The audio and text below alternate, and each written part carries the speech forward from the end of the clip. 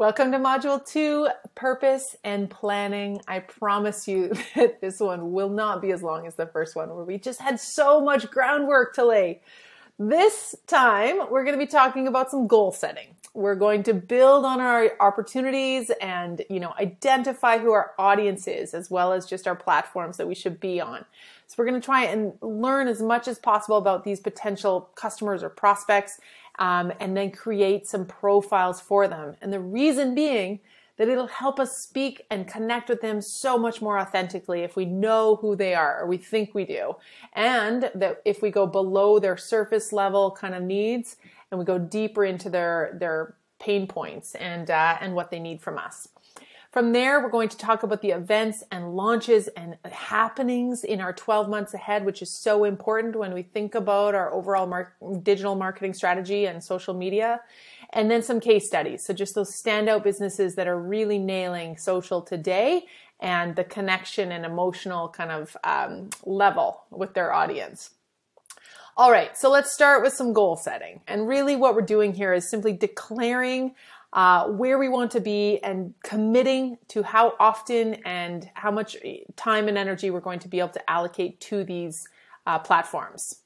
So you've heard the old adage of the SMART goal setting, where we're specific and measurable and attainable and relevant and timely. Yes, we want to do that. I really want you to be as specific and realistic as possible when you're thinking about where you can go in the 12 months ahead. Most importantly, however, we want to align those social media goals with our business goals. We want to be at the table, even if it's just our table, but maybe it's a bigger boardroom. And then sales and revenue and business development's over here, and marketing and social are still over here. We've got to bridge that gap and show how, if we are aware and privy to the revenue goals and the business development team, and what needs to be sold at what time, then we can absolutely work backwards and kill it in our social media content efforts and not work in isolation talking about whatever over here that's super generic, when we need to be finding clever ways to strategically and almost secretly promote those bigger products over there. So we can do that if we align the two and we're aware. It starts with, of course, awareness.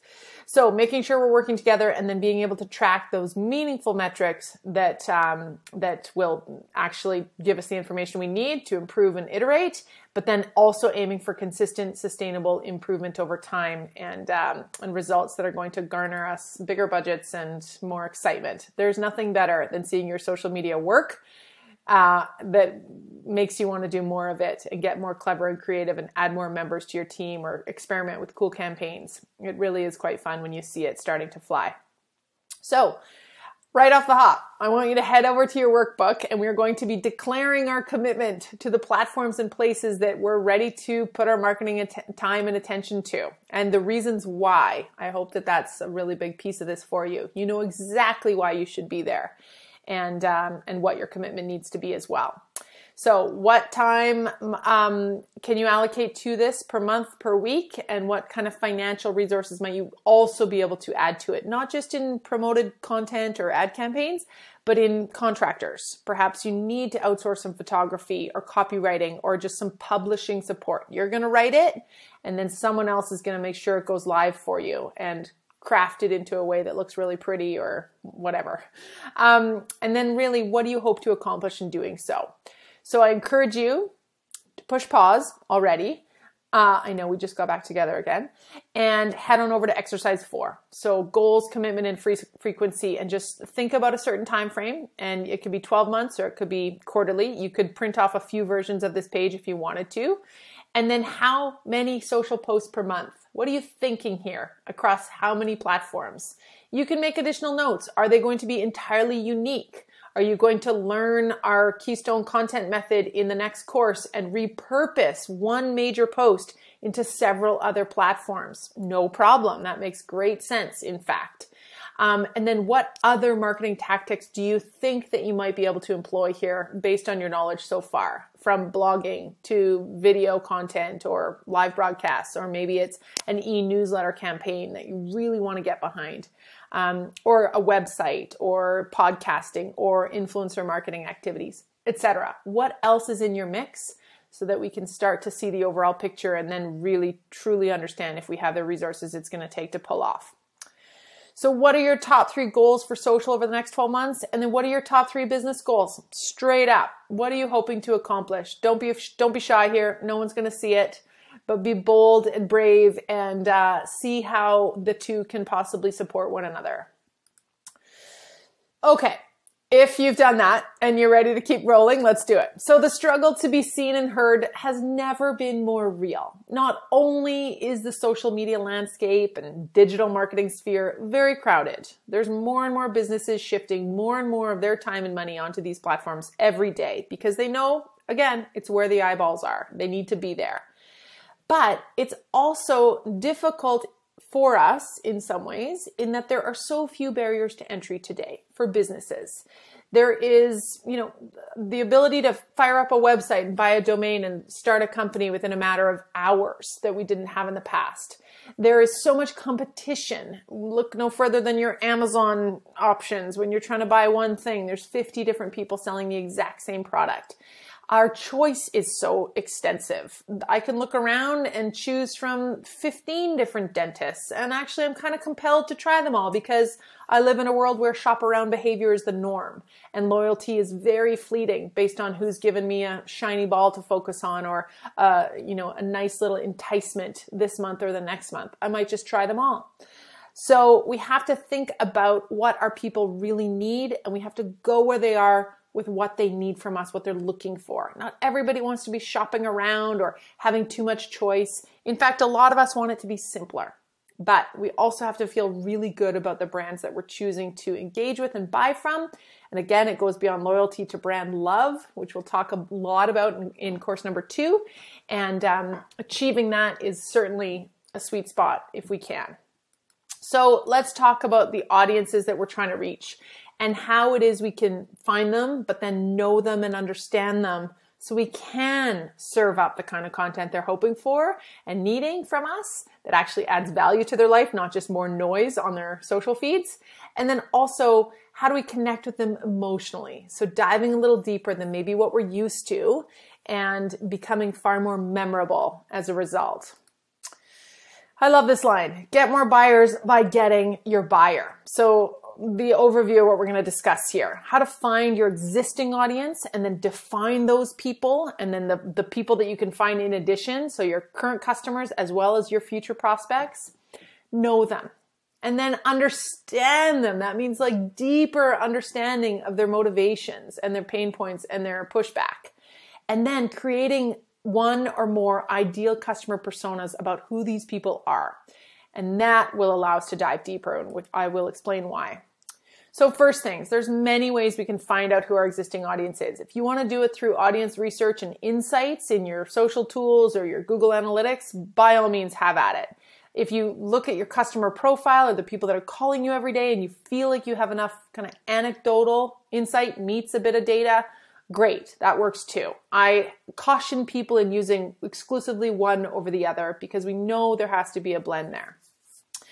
Look at what others are, what your competition is garnering in terms of members, or maybe you can see it in their Facebook group or in people engaging with their posts. Who are they? Where are you missing potentially some of the audiences you think you should be reaching?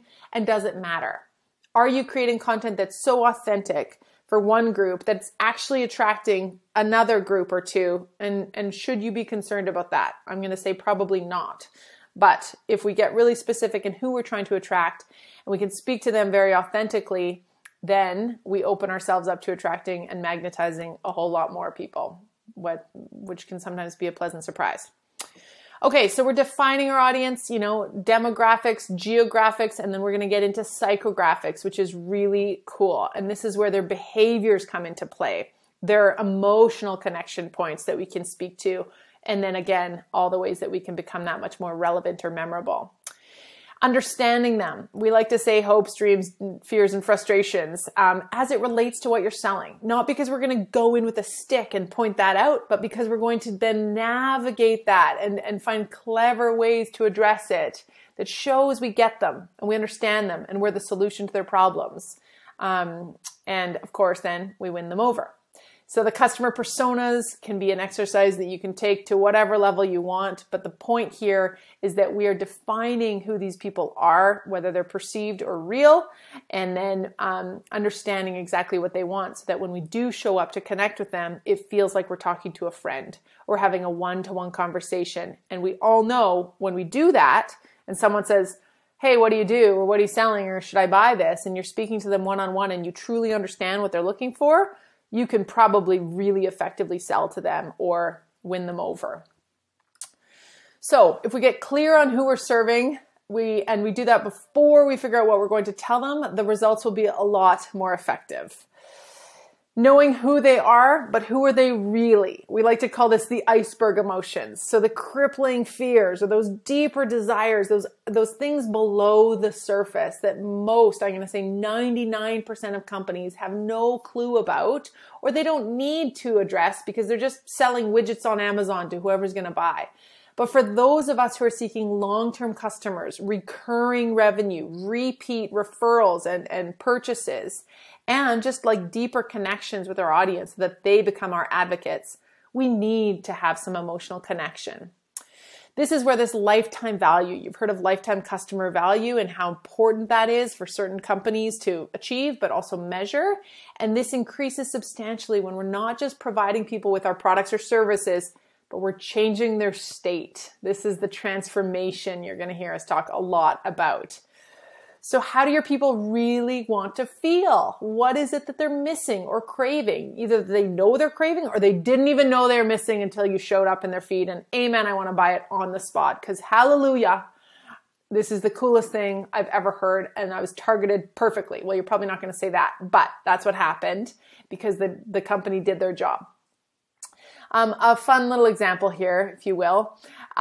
So a couple of friends and I may have turned 40 recently and threw a party for our friends. And it was a really, fun opportunity for us to escape our children and feel like we weren't exhausted, working moms for a minute. And my girlfriend Danielle created the invite called It's Your First Three-Way. So it was meant to be very fun and cheeky and lighthearted because that's who we feel like we are. Cool girls who still, have it in us that we could get dressed up like we're 20, party together and go home by 9 p.m. So anyway, what happened was when our friends started receiving the Evite, a few of them were screenshotting and sending us this. I'll move my head over here so you can see the ad that appeared below our invite, which was dresses for older women. So, my initial reaction is that some punk kid writing Google ads in his basement, or his mom's basement, immediately thinks, 40-year-old birthday party, those are the keywords we're going to target with these dresses for older women.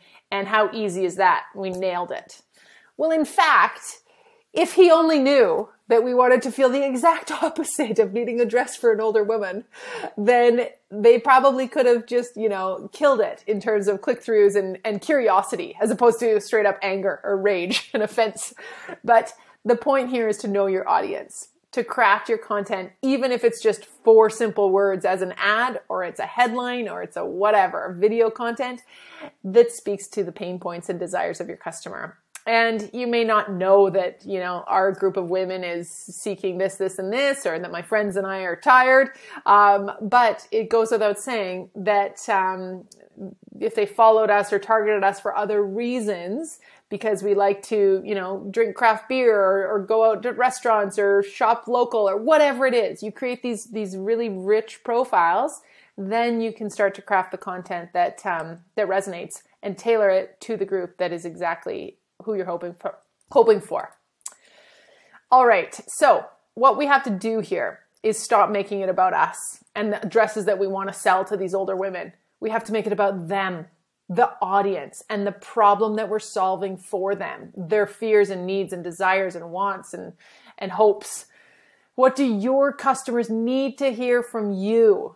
What do they crave that's a little different than what every other realtor is saying? Or that they've had that bad experience in the past? Or that they're just seeking X, Y, Z, relief, joy, escape, love, whatever it is. And how can you fill that need? The life-changing benefits the transformation, the end result of working with you or buying from you or engaging with you. This is what you need to convey. So many of us, especially product marketers, get stuck in the product, not the transformation. How you're going to feel after I do your tax return. And how lame is it if I'm just going to push my tax return services? It's like, really? And how do they stand out? Either. But if I show how I've changed someone's life and how, they're now feeling this, and this as a result of working with me or buying from us or engaging with us, you, as a voyeur of that, are going to want that same feeling. So we really have to fast forward to the end by starting with understanding their biggest fears, desires, wildest dreams, needs, and wants. Understand them and then address them as it relates to what you're selling. Of course, we're not going to go straight in and say, hey, I hear you're feeling old and tired. I've got a sexy dress for you. But we're going to somehow say it in a way that's clever, as so many brilliant advertisers have been able to do for decades, in a way that makes someone think, oh my God, that's so funny. Or, oh, this is like you read my mind. Oh my, can't wait to share it. Can't wait to engage with it. Or it makes me cry. It makes me laugh. It makes me retell it because I've connected with it emotionally. And many of us are stuck in the surface level marketing and assumptions about our people or our audience en masse. Big box marketing versus boutique one-to-one. So let's go deeper. The example of Janine. When I created my first course in 2010, it was called PR Pioneers. And I did this because I was running a PR firm at the time, back when you could almost be, I was still also a journalist. So I was writing for media, and then I was doing PR for small businesses, and I wanted to put something at scale. I knew that a lot of my clientele couldn't afford and shouldn't have to pay a PR agency or agency hourly rates in order to get media coverage. And that was what they really wanted at the time. This is kind of pre-Facebook, Instagram, social media, business tools. And media coverage is still very powerful. But at the time, that was my focus because I was in journalism and I thought this is a no-brainer. These people should be able to send me their stories and they don't know how. So I used the example of a gal that I knew. She was in Inglewood, a shop owner, and I knew she was frustrated. She was the kindest lady, but I knew through our board meetings and conversations that she felt like she didn't understand it, or she was envious that the loudmouth neighbor down the street was getting all this attention from her clothing boutique, and why couldn't people see mine? So I created this course and I used Janine as my avatar, and she doesn't know this, but I pretended I knew her inside and out. She was my jump off point, the little I knew of her. And then I painted a picture of like cats or dogs, red wine or white wine. Where does she want to travel? What magazines does she read? Is she single? Does she want children? What color jeans does she prefer? So that I was like, I know her. I know everything about her. And then when I built my course and it was time to sell it, I was speaking right to Janine. And again, I caught many more bees as a result. Another example of that, we've worked with a company called, it was a developer, a big condo developer. And they build sexy, cool inner city modular units, small parking free, like no parking spaces, bachelor residences for millennials and Gen Xers or Gen Z, who want a simpler life and a smaller footprint, and all their marketing speaks to this. They name their buildings in really cool kind of renegade ways. Nude is one. Ink is another.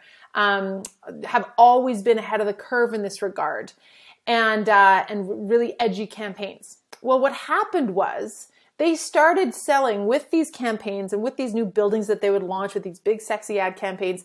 They would start attracting offshore investors or buyers. They would attract the parents of these people that they were designing these buildings for and buying for their children. And they thought, we're missing the mark here. We've got to expand our marketing to speak to those overseas buyers or those parents that have some retirement money that they can spend on their. And it was like, no. The moment you do that, you're watering down who you are and what your brand is about.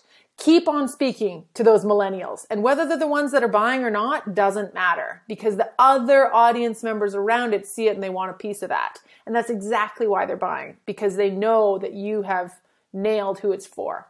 Or just straight up, they happen to resonate with your your older dresses ads just as much as the older ladies did. And good for you. You've, again, caught more people because you were speaking so authentically to that one group. Tim Ferriss tells a good story. He's the very famed author of the 4-Hour Workweek from way back and Tools of Titans and many other books since. And he tells a story about when he first started shifting into his now very famous online and work less time, less hours business model. And he had this idea, and I think actually it was a mid-level marketing, a multi-level marketing scheme that he was running, selling vitamins or something at the time. And everybody around him thought he was crazy for what he was trying to pitch and launch. And he knew, however, that his 4 best friends would buy it.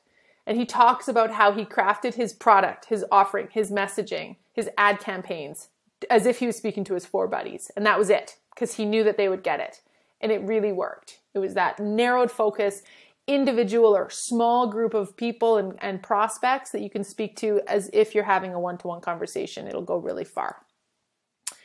Now, that's not to say that you can't have several groups. You might totally have a product or a service that is specific to, well, I sell to, retirees and divorcees, and single women. And I really need to create personas for each of those. No problem. Have at her. And maybe use those as pillars when we get into our content pillars and categories as well. Don't be afraid of that. But either way, what we're doing is we're crafting that really authentic content based on the people and the audience we know we have or want. And then we're starting to segment and target and personalize it even further. And we do that with targeted or paid content where we land it right on that specific audience, or we personalize it a little bit more in the way that we speak to that group, or we insert their name as a merge field into our e-newsletter, or whatever it is, because now we really hit home what we've just been talking about. I know that this content is for me because it has my name on it. And holy, is this really, am I the only one receiving this? Well, of course not, but it feels that way. And then I'm that much more inclined to act. Back in my journalism days, I was in the newsroom for years, receiving hundreds of press releases every day as I covered local news and events and philanthropy and business, etc. And if a press release or an email, I should say, with the intro didn't have my name on it, hey, Kelly, I thought you might like this, blah, blah, blah, blah, blah. It was the easiest excuse for me to archive or delete. They're not even speaking to me. They're just talking en masse to everybody. This is not personalized or exclusive in any which way. And I actually feel no obligation to read it. They haven't done any homework either on who I am and what I cover. They don't even know my name, or worse, they got it wrong and they called me Chris from the last guy. And thus, again, I feel no need to further consume this content. The evolution of content targeting and segmentation. I love this because I'm such a nerd. However, this applies to our ad strategies, our email marketing, and our content as a whole. And when content marketing first became a thing, all we were trying to do is show our content to the right people. Who's my fans and followers? You? Here you go. Then we started to think about timing. Remember when everybody told you to send out your e-newsletter on Tuesday morning? Well, when is your audience online? It matters. You've got to pay attention to that. So when they're online, when they're engaging, get that content out there. Hit the algorithm. Well, then we started to think about the right people at the right time for the right reason. I don't want the e-newsletters for men. I just want the Hudson's Bay women's e-newsletter because I don't shop for anyone else. I'm selfish. Or, I don't want the balding cream. I just want the female makeup skincare products from Sephora or something. For the right reason. So, hey, better example, Netflix. Give me the content that you know I like. And don't you dare tell me about something else that my husband would watch because he's been messing with my algorithm if that happened. Finally, we're now able to and aspiring to show the right content to the right people at the right time for the right reason. And that right content is even more specific to what they want and need from us. And they've told us that, because they clicked on that page on our website and then we captured their IP address with our pixel tracking and we're retargeting them with that same pair of boots or service offering. So the right content becomes so important if we want to keep people around. And if we can add this kind of segmented or tailored content into our audience mapping, we're really getting somewhere. So let's layer in some additional pieces of this psychographic and behavioral segmentation. The demographic stuff comes quite easily. Let's look at what that is. Geographic and demographic. Sure, we can easily wrap our heads around country and city and language, especially if we're running paid ads, but even just in terms of like content targeting of our general posts. And then thinking about age and gender and education, occupation. These are all, if you were to build a Facebook ad tomorrow and create an audience, you would know exactly where to tick off these things.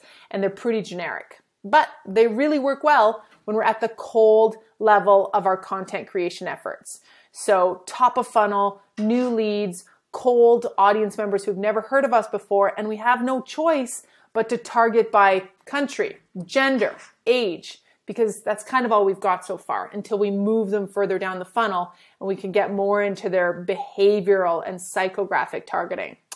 Psychographic factors, lifestyle, interests, opinions, values, purpose, or behavioral. What have they purchased in the past from you? Are they close to purchasing again? They keep landing on that page, but they won't purchase click buy. User status, engagement levels. Have they engaged with your video content? Will they do it again? Great. Let's target them as a specific audience. So there's so many opportunities here to not just create great content for the right people, but to ensure that it lands. All right. We're thinking now about building our customer personas because this is such an important piece of our strategy as we think about what platforms to be on and we move more and more into how to write and craft that content in the courses ahead and shoot it and edit it and video content and how to advertise it. First, let's really get this nail down who it's for so that we can, not waste our time. It's not the spray and pray approach of the billboard on the side of the road where we're targeting 8 million people per week. Well, who cares if only 0.2% of those people are actually candidates for what you're selling? So who are they? Who are they really? It's that, what do you do? Well, what do you really do? Don't worry, I'm going to ask you that in course number 2. So defining your audience in this regard, and then, thinking about other layering factors like the buying motivations or objections or those emotional needs. So getting deeper on this is what you're going to have the opportunity to do. And then from there, are you going to be ready to create even deeper segmented lists? And mostly this applies, it's easiest to think about if you have an e-newsletter subscriber list where you can think, yeah, that's for my men and that's for my women and these are for my past buyers and these are for specific buyers of this product that I need to nurture or fulfill. But we can also think about this a little bit in our content when we're going to target or boost a piece of content to a specific audience. Or not even. You just want to have a variation of your audience targeted content in your organic reach. Okay, so knowing our people. We want to define those dreams and desires and fears and frustrations. What problem are they trying to solve? Whether they're searching for your services or you show up in their feed because you targeted yourself really well and it's exactly what they were looking for. What do they desperately need and want from you? That's desperate in the sense that they're going to actually take action. Whether that's a comment or a share or a click, or it's a purchase right then and there. And then why are you their one and only solution? We're going to talk more about this in course number 2 when we talk about the unique value proposition of what is it about your offering that's special and different and why should I care? And we've got to start thinking about this because otherwise you're just one in a million car mechanics. Well, what makes your services better? Why should I choose you or drive further to your shop? And then that deeper connection. So can you know and understand and relate to your customer as if they were one singular person, your friend or your client who you can sell to and help? Who can you transform and support and, get them to the finish line? What would be their experience, that transformation after working with you or buying from you or aligning with you? And can you define that? All right, before we do the exercise, a couple social accounts that are winning in some really great ways that I want to show you. Charmin, I mentioned in module 1, just a toilet paper company that's, standing out a little bit. Sure, they're pumping a ton of money into their ad campaigns. But I tell you, before Charmin came around a few years ago, and I don't try to pay attention too much to TV ads or social ads, but clearly I do. But I couldn't have told you that, any single campaign or toilet paper was different from the rest. kind of like car rental companies. They're all the same to me. Well, these guys finally found a way to stand out a little bit by knowing their voice, boldly adopting a caricature or a personality and writing from that personality, just like Wendy's does, in a way that actually makes sense. And then they're relevant because they show up with the kind of content people want at the right time for the right reasons. Taco Canteen, local restaurant that did some really cool things when they launched a couple years ago. Using Instagram stories has always been how they engage with their audience, but they do this really beautiful blend of offline and online experiences together. So through their offline installations or events or promotions or contests or whatever, gifting, they give some people something to talk about online, that moment of delight that they capture and they want to share it. If they set the stage, their users will engage, and these guys do that really well. And it's always fun to see what they're creating because the variety and the interest and compelling nature of their campaigns and their content in general has always been really fun.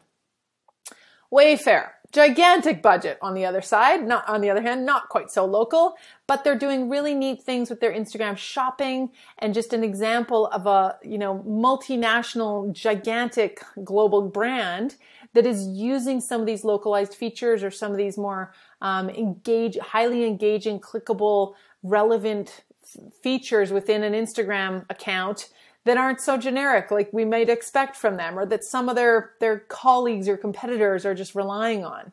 Good old print ads. No, they're getting right into shoppable links and really engaging stories and big reveals in their stories, behind the scenes contents and live streams that take us into a product. Really fun influencer personality stuff. We see the TV ads with, what's her name?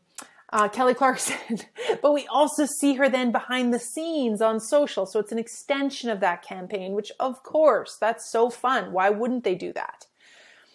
WeWork, I'm using some Facebook posts here as an example of some very cool variation in content types.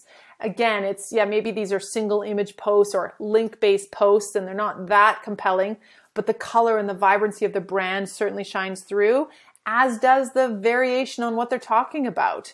So a story from the Financial Post, just a straight up shout out to one of their new locations, a newsworthy event that they're newsjacking or tying their wagon to in the first post there for Earth Day, of course.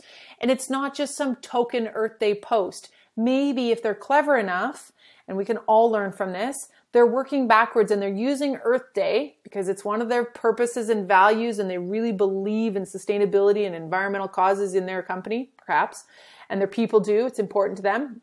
Well, then they're going to use that as one of their major milestones, events, or campaigns throughout the year. We're going to talk about that in the next module. What matters to your business in terms of events and notable happenings throughout the year? And that could be trade shows. It could be, cruise season. It could be back to school shopping or Christmas campaign or season. But then what matters to your customer? Earth Day, Women's Day, anniversaries of XYZ, Me Too, Black Lives Matter. What are some of the things that you're not just going to post a token post about, but you can actually create a really neat campaign around and win over hearts and minds like crazy? Can you manufacture a campaign like Life Jacket Awareness Week or World Tea Drinking Day or Heart Month? These are all things that in a lot of cases, brands or nonprofits or marketers have manufactured in order for a brand to leapfrog off of. And that's where campaigns really get us to the next level and they help us shine above our daily content that can sometimes get a little bit tired. So inserting some of these things into our content is another thing we're going to talk about quite extensively. Dumbbells. Lucy Dunn is a friend of mine. She's spectacular and she's created a brilliant online fitness company. Her and her wife actually continue to move all over the world. I think they're now moving to Australia. But they have made this beautiful lifestyle business of online fitness training. But what it really is, so that's what she does. She helps women with fitness and nutrition. But what she really does is create community and transformation in these women, instills confidence, changes their worlds and helps them see themselves differently. All these deeper value-based things that it's not hard to see at all if you pay attention to her content a little bit. And one thing that I'm just pointing out here as well is that her community, her private members community she's just as many members there as she does fans on her public page, which is really cool. Sometimes even more so, brands will have. Okay, it's your turn. Exercise 5 and 6. So we're going to talk about audience targeting, or we're going to dive into that, and then creating that profile, that avatar, if you will. If you want to do more than one, no problem. But start with that one key persona, perceived or real, and build out who they are and what they need from you. Start with a broader picture of your target audience in exercise 5, and then make your way into exercise 6, and continue to narrow down what it is that we are going to say and provide for people when we show up in their social feeds, in their inboxes, in their podcast ears, etc., and hopefully really make a difference in their lives. And just one more time, back to that line: get more buyers by getting your buyer. And you could swap out buyers with engagements, actions, conversations, anything that's meaningful to you, by understanding the people that you're trying to connect with. I will see you in module 3 for the home stretch of this course number 1, and keep going. You're doing great.